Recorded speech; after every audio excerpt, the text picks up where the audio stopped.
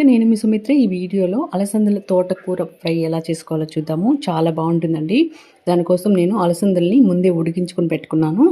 ఇప్పుడు తోటకూర కట్టలు 2 కట్టలు తీసుకొని వాష్ చేసుకొని కట్ చేసుకొని పక్కన పెట్టుకున్నాను. ఇప్పుడు కూర కోసం ప్యాన్ పెట్టుకొని ప్యాన్లోకి ఆయిల్ వేసుకొని ఆయిల్ హీట్ అయిన తర్వాత ఆవాలు జీలకర్ర వేసుకొని క్రష్ చేసుకున్న వెల్లుల్లి ఎండుమిర్చి వేసుకొని ఇవన్నీ కాస్త వేగిన తర్వాత కట్ చేసుకున్న ఒక ఉల్లిపాయ వేసుకోవాలి.